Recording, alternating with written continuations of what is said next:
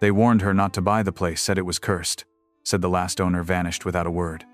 But when 4-year-old Ellie Carter stepped inside the long-forgotten mountain cabin, she didn't feel fear. She felt something calling.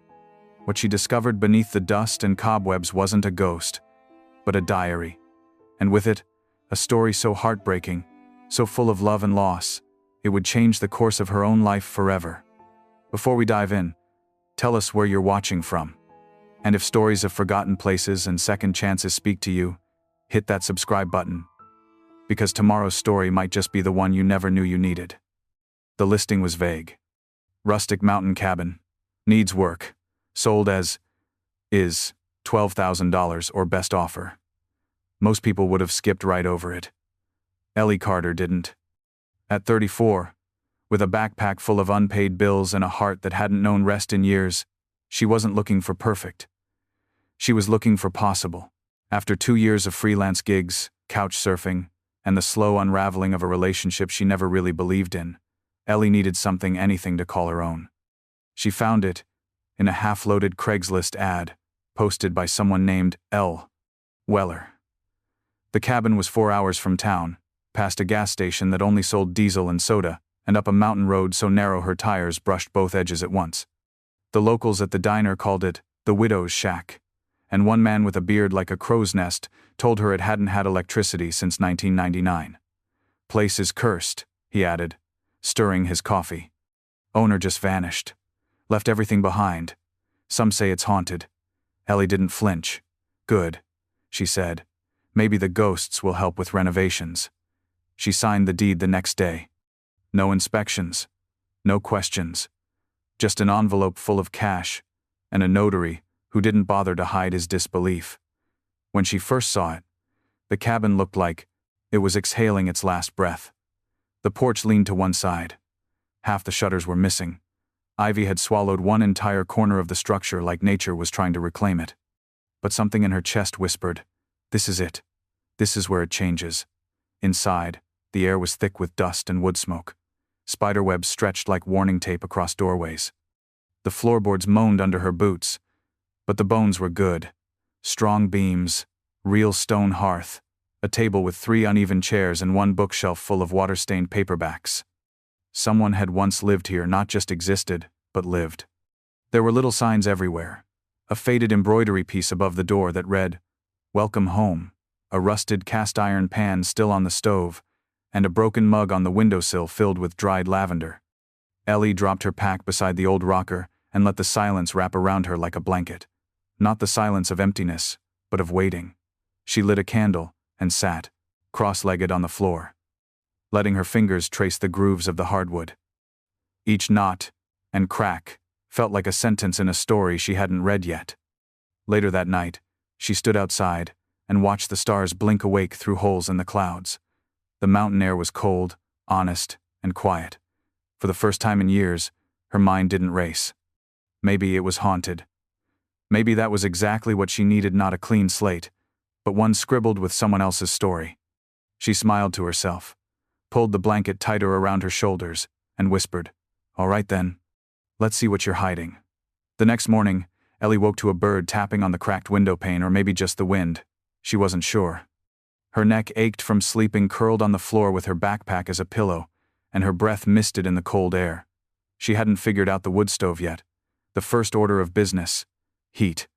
The second, coffee. The third, everything else.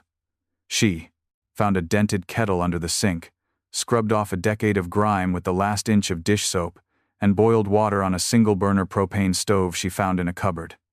The propane was nearly empty, but the coffee it made was strong enough to keep her upright. With a mug in hand and her sleeves rolled up, she began exploring. The cabin had 4 rooms. The main room with the stove and table, a tiny bathroom with no working plumbing, a cramped bedroom with an iron-framed bed, and a mattress that smelled like old rain. And finally, a room that was locked. She frowned. The door had no handle, just a keyhole antique, narrow, and worn around the edges. She pulled, pushed, even tried to shoulder it open, but it held fast. Her curiosity grew instantly. She spent the day clearing cobwebs and sweeping mouse droppings into a dustpan. Every corner seemed to groan in protest. A raccoon had broken through a panel in the back wall long ago, leaving muddy paw prints and shredded insulation in its wake. The roof leaked in 2 places. A few broken dishes clattered when she moved them, making her jump every time. Still, something about the quiet soothed her. It didn't feel abandoned, not really, just paused. She discovered more signs of the previous owner. A pair of old boots tucked neatly under the bed, a cracked mirror still hanging in the bathroom, and a small shelf above the stove filled with spices long since hardened to dust. Cinnamon, nutmeg, bay leaves. It smelled like someone once tried to make a home here. By mid-afternoon, she was exhausted. Her knees were dirty, her hair filled with pine dust, and her hands nicked from a broken window pane. She stood in front of the locked door again, sipping cold coffee, her eyes narrowed. It wasn't just a closet, it felt intentional, like someone had closed it with purpose. She leaned against the doorframe, tracing the grooves of the keyhole with her thumb. No key, no answers, she muttered. That night, after patching the worst leak in the roof with a tarp and duct tape, Ellie wrapped herself in 3 layers and sat beside the cold stove, reading one of the dry paperbacks by candlelight. Wind howled outside. The floor creaked once behind her. She didn't turn around. She just smiled faintly and said, "You'll have to try harder than that." The cabin didn't respond. But something in the air shifted, almost like a breath. The 3rd night brought a storm. It rolled in around dusk, low thunder curling across the mountains, wind slipping between the broken roof shingles, whispering along the walls. Ellie had patched what she could, but the old cabin wasn't built for battles like this. Rain bled through the ceiling in slow drips, gathering in bowls and pans she'd strategically placed across the floor. She layered up, lit every candle she had, and set to work stacking wood in the fireplace. The hearth was choked with ash and old memories. It smelled like burned paper and damp stone. Ellie cleared it slowly, brushing away years of neglect. When she reached for a cracked brick near the back, her fingers hit something sharp. It didn't move at first. Wedged tight in the crevice, buried in soot and time. She pried gently, breath held, and then it gave way with a soft click. A key. Small. Iron. Ornate. Her heart thumped. She held it up to the candlelight. The teeth were short and jagged, the bow rounded with a vine-like design etched into it. It looked like something out of a fairy tale, or a memory. Without thinking, she crossed the room, bare feet cold against the wood, and knelt in front of the locked door. Her fingers shook as she slid the key into the narrow keyhole. It hesitated, then turned with a sound like a sigh. The door creaked open. Inside, dust bloomed like fog. It was a study, or had been once. A wooden writing desk stood near the window, its surface bowed with age. Papers were scattered like forgotten thoughts, and a single chair stood pushed back slightly, as if someone had just left. Ellie stepped inside slowly, reverently. The air smelled different in here, not just of dust, but something faintly floral, lavender, maybe. A cracked window let in the stormlight, casting broken patterns across the floor. Books lined the wall in uneven stacks. Most were diaries, leather-bound, cloth-bound, some barely held together by string. But one sat alone on the desk, wrapped in a faded ribbon. Larger than the rest, its cover worn soft at the edges. She touched it like it might vanish. It didn't. Ellie untied the ribbon with careful fingers. The first page was yellowed but intact. Ink, slightly smudged, but still legible. At the top, a name written in delicate script. Eleanor Reed. The 4th of June, 1947. Ellie's throat tightened. Eleanor. Her full name, too. Coincidence? Maybe. But the weight in the room said otherwise. She turned the page and began to read. The storm outside deepened, thunder cracked overhead. But Ellie barely noticed. The words pulled her in like a tide, soft, aching, honest. She didn't know it yet, but this diary would not just tell a story. It would ask something of her. Something she hadn't yet realized she was willing to give. "Dear Eleanor," the entry began, "if you're reading this, it means you stayed. It means something here made you pause, the way it once made me. And maybe, just maybe, it means I'm not as alone as I thought." Ellie sat down slowly, the old chair groaning beneath her. Rain traced rivulets down the window, thunder murmuring like a lullaby in the background. She pulled the candle closer, shielding the flame from the draft. Each word on the page felt like it had waited decades to be read.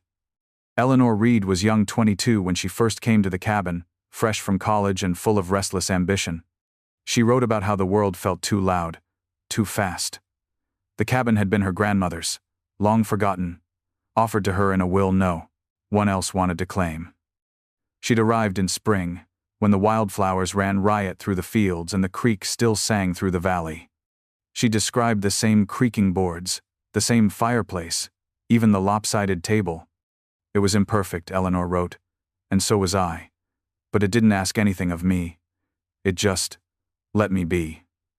Ellie read for hours, candle melting down to a stub. She learned that Eleanor had come here alone, but didn't stay that way. A man named James appeared in later entries.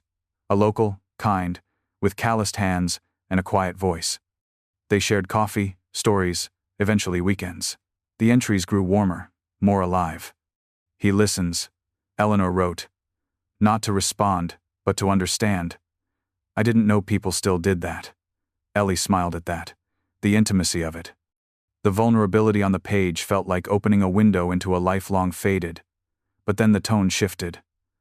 One entry, dated October 3rd, 1948, simply said, James is gone. Not gone like left. Gone like the wind took him and never brought him back. The lines beneath were scratched, rewritten over and over. I keep hearing the door open, but no one comes. I keep setting 2 cups. One always goes cold. Ellie exhaled slowly, heart aching. This wasn't just a diary. It was a memorial, a lifeline.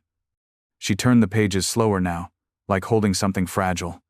The next few entries spoke of silence, a heavy, clinging kind. Eleanor stopped going into town. The world, she wrote, had grown too loud again, too cruel. And then came a final note on a page all its own. To the next Eleanor, if one ever comes, listen closely. The cabin remembers. It knows grief, but it also knows love. If you stay, listen. If you listen, you'll hear what I never could say out loud. Ellie's fingers trembled. She wasn't alone in this house. Not in the way she feared. Not with ghosts. But with memory. With pain. With someone who once hurt the same way. She closed the diary, gently, hands resting atop the cover like she was holding a friend's. Outside, the storm began to quiet. Inside, something else began to stir. The next morning, light filtered through the warped glass, like it had forgiven the storm. Ellie brewed coffee over the sputtering propane burner and returned to the study, diary in hand. She set it back on the desk, unsure why she'd brought it to bed with her. Maybe part of her feared it would disappear overnight like a dream. She ran her fingers along the pages again, as if to make sure it was still real. Beneath the final entry, tucked into the back pocket of the diary, Ellie found a bundle of aged paper loose sheets, folded carefully, tied with twine. Letters. She hesitated before opening them.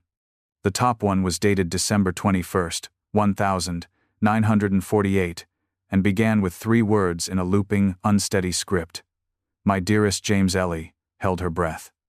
The letter spoke of longing, of grief that lived beneath the skin. Eleanor wrote of dreams she couldn't wake from.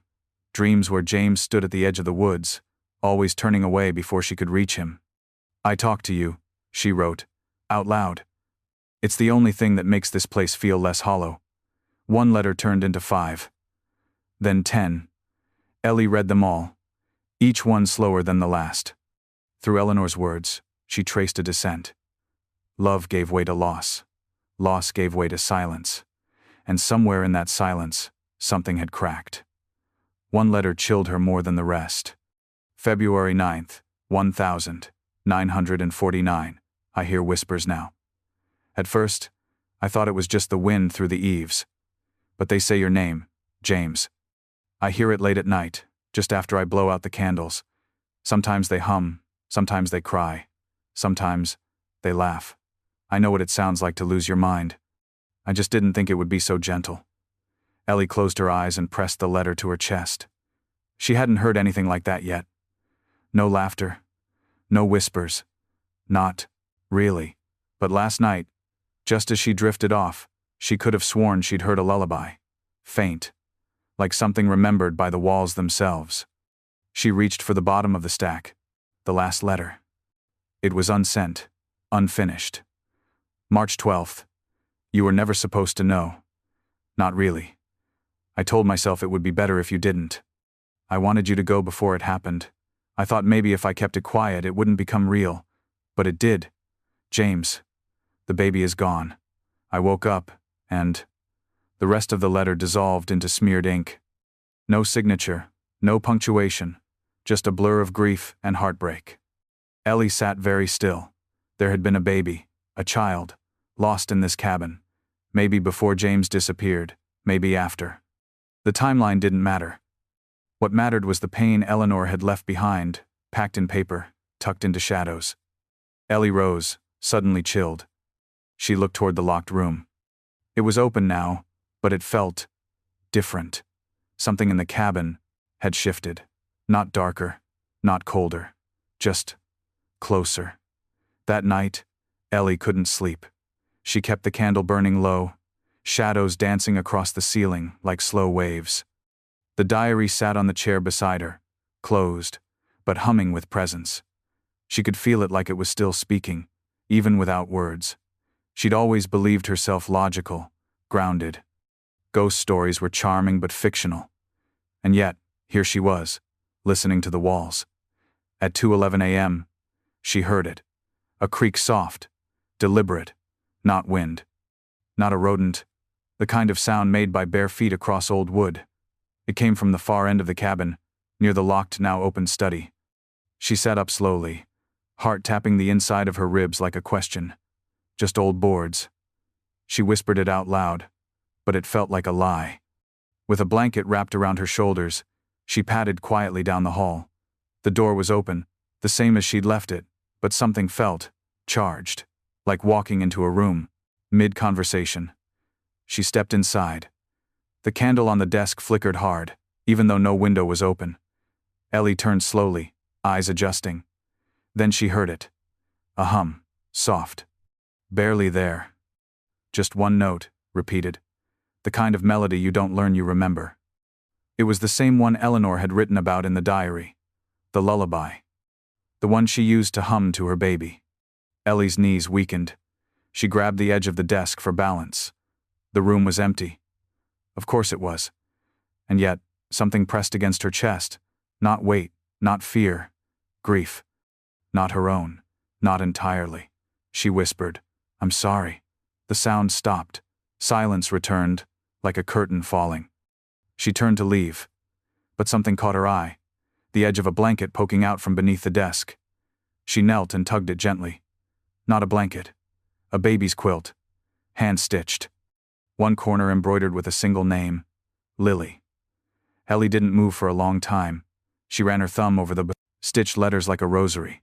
Her breath came in shallow waves. There had been a baby. Not just grief in letters. A life. A daughter. Lily.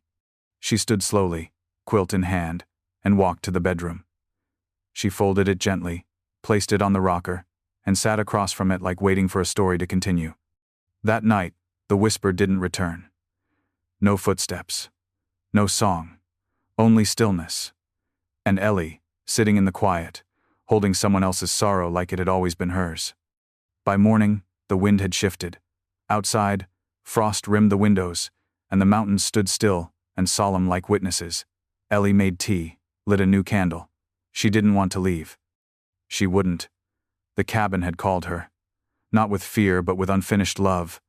And something inside her whispered that maybe, just maybe, she was meant to answer. The wind had stopped. It was the first thing Ellie noticed when she woke up, not to sound, but to the absence of it. The usual creaks, groans, and sighs of the old cabin were gone, replaced by a kind of stillness that felt like something holding its breath. Then came the knock. Just once. Soft, deliberate. A knock at the window. Ellie sat up, her heart immediately pounding. The candle on her nightstand had long burned out, and moonlight spilled faintly through the broken slats in the ceiling. Another knock, this time from the front window. She moved slowly, careful not to let the floorboards announce her. Each step felt heavy and suspended in silence. She reached the main room, barely breathing. The third knock came as she reached the window. She pulled the curtain back and saw no one. Only snow, freshly fallen. The moonlit yard shimmered silver, untouched by wind or wildlife. Her breath fogged the glass. Then she saw them, footprints, small, bare, child-sized, leading away from the porch and into the woods beyond the property. They hadn't been there earlier. She would have seen them. And in this cold, in that snow, no child could have made them recently and survived. She grabbed her coat and boots, her flashlight barely working, and stepped outside. The cold bit at her cheeks instantly, but she didn't turn back. The footprints were clear, too clear. She followed them, past the old pine near the fence line, past the frost-covered wheelbarrow, into the tree line where the air grew heavier. The woods felt different at night. She couldn't explain it, but they watched. She followed the path as the trees pressed tighter around her, branches reaching like ribs of a forgotten thing. The light bounced weakly ahead, until suddenly, the prints stopped, in front of a collapsed shed. It was barely standing, half buried under snow and vines, sagging on one side like it was leaning away from her. Ellie stepped forward cautiously and pushed the door open. It groaned like a breath after a long silence. Inside, shelves, old tools, a broken lantern, and in the center a child's rocking horse, covered in dust and pine needles. And on the floor beside it, half buried under a rotted floorboard, something glinted. She crouched and pulled it free, a tiny silver music box. Tarnished, delicate, and cold. When she turned the key, it hesitated, then played a tune. The lullaby, the one from Eleanor's letter. Ellie sank to the floor, stunned. The air around her felt full, not haunted, but present. Like a memory finding its voice again. In the corner, something else caught her eye, a small locket hanging on a nail, swaying gently. She took it, opened it. Inside, a photo of Eleanor, much younger than she'd pictured, and a faint curl of blonde hair. Ellie's throat tightened. This wasn't just a mystery anymore. This was a buried love story, and someone wanted it to be known. Ellie didn't remember walking back. Her boots crunched through the snow like in a dream, the music box still playing faintly in her coat pocket, muffled but persistent. The melody repeated, simple, sad, and strangely comforting. She kept her hand over it like it was something alive. Back at the cabin, she placed the box on the table, wiped off the dirt gently with a cloth, and wound it again. It clicked twice before the tune picked up, soft and wavering. Then she placed the locket next to it. The photo inside Eleanor's face looked different now, not just younger, but hopeful. It was the first time Ellie saw her not as a ghost, or a voice in ink, but as someone who once had joy. The hair in the locket. She couldn't look at it long. It felt too sacred. She opened the diary again, searching for any mention of the shed. And she found it. Buried near the end. I couldn't bring myself to go back out there. That shed was supposed to be her playroom one day. James built the little horse with his hands. I painted it yellow. We hung stars from the ceiling. When she died, I shut the door and never looked again. I thought if I locked it tight enough, the grief, he would stay inside. But it didn't. It followed me. It became me. Ellie closed the book, tears burning her eyes. Eleanor hadn't vanished. She hadn't been crazy. She'd been shattered. And in her grief, she'd written a map not of places, but of feelings. Ellie had followed it without even realizing. She stood slowly and walked to the fireplace. The loose brick where she'd found the key sat in the shadows, quiet now. She touched it gently, like a thank you. Then she took the locket, the music box, and the quilt she'd found beneath the desk, and placed them all on the mantel together, like an altar. Not of ghosts, of remembrance. Later, she sat at the table and began writing, not in a journal, but on loose paper, her own letter. Dear Eleanor, I found her. Lily. I found the quilt, the music box, the locket. And I heard the song. I hope you know she's not forgotten. None of this is. You weren't crazy. You were grieving. And I'm listening now. I'm staying." The candle flickered. Outside, snow fell again, softer this time. Gentle, like a blanket tucking the earth in. And for the first time since she arrived, Ellie felt not like a guest, but like someone who belonged here. Not to escape the world, but to finish something that was left undone, to give voice to the whispers. And peace to the pain. Ellie could have left. No one would have blamed her. The cabin was still cold, the roof still leaked, and the town still whispered about the girl who bought the haunted place up the mountain. But Ellie didn't stay because of the ghosts, if there were any at all. She stayed because of Eleanor. Because of Lily. Because the story hadn't been finished yet and she wasn't ready to walk away from a life that had waited decades to be heard. She started with small things. Fixed the broken porch steps. Repaired the glass panes in the windows. Took down the rotting curtains and hung linen she found in a bin at the thrift store. When Lydon, she wasn't working on the cabin.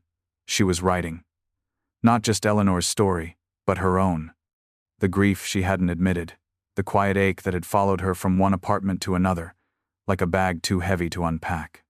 She realized one morning, staring at the quilt still folded neatly on the rocker, that she hadn't just come to the cabin to hide. She'd come to begin again.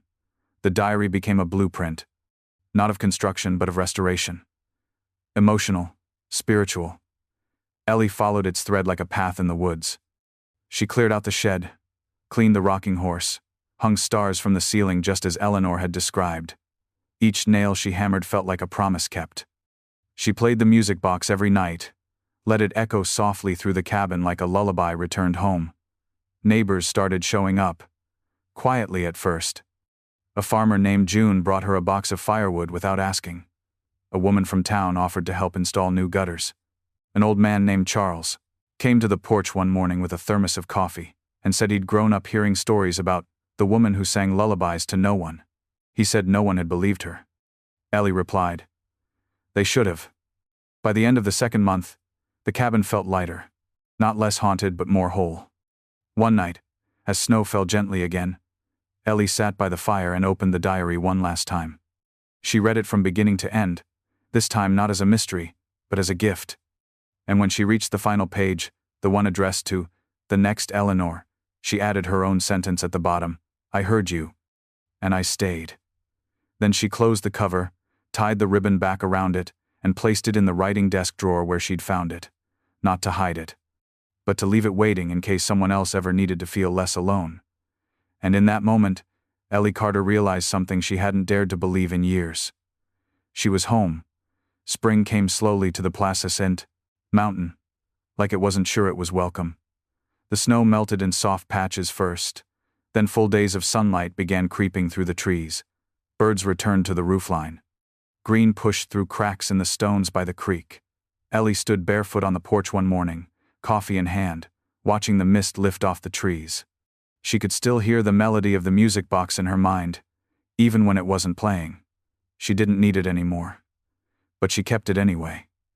The cabin was different now, not just repaired, but lived in. The walls held warmth. The floor creaked not with age, but with presence. Her writing desk had found a permanent place by the window. The rocker always faced the fireplace. And the shelf above the mantel now held three things: the quilt, the locket, and the music box framed by a photograph Ellie had found tucked in the back of Eleanor's diary. Too faded to copy, but too beautiful to forget. Eleanor, James, and Lily. All together in one frozen moment. All smiling. Ellie had it printed and framed. When the photo arrived in the mail, she cried harder than she expected. That same week, she began writing her own journal. Not a story of loss, but of return. She didn't expect anyone to read it, but she wrote it anyway. And when the last page came, she tore it from the binding and tucked it behind the first page of Eleanor's diary. Her letter said, "To whoever finds this, the cabin called you too, didn't it? Maybe you were tired. Maybe something broke. Maybe, like me, you weren't looking for a ghost, but for proof that love doesn't vanish with time. If so, welcome. It's not haunted here. It's hallowed. These walls remember. And if you let them, they'll hold you together until you're ready to stand again. This home didn't save me, but it waited for me. And that was enough. Ellie sealed the diary and left it in the drawer. The next morning, she took the trail through the woods for the first time since that night. The shed was still standing just barely, but it didn't scare her anymore. She placed a fresh wildflower on the rocking horse and whispered Lily's name. The air around her felt warm, alive. Back at the cabin, Ellie began planning not for escape, but for growth. She would start a small writing retreat, invite women looking for quiet. She'd call it Whispering Pines. Not for branding, but because it felt right. And every guest would find the same note on their pillow: "You're not lost. You're just arriving." Because the truth Ellie had finally learned, the one Eleanor had tried to leave behind, was simple. Grief doesn't end. But it changes. And love waits.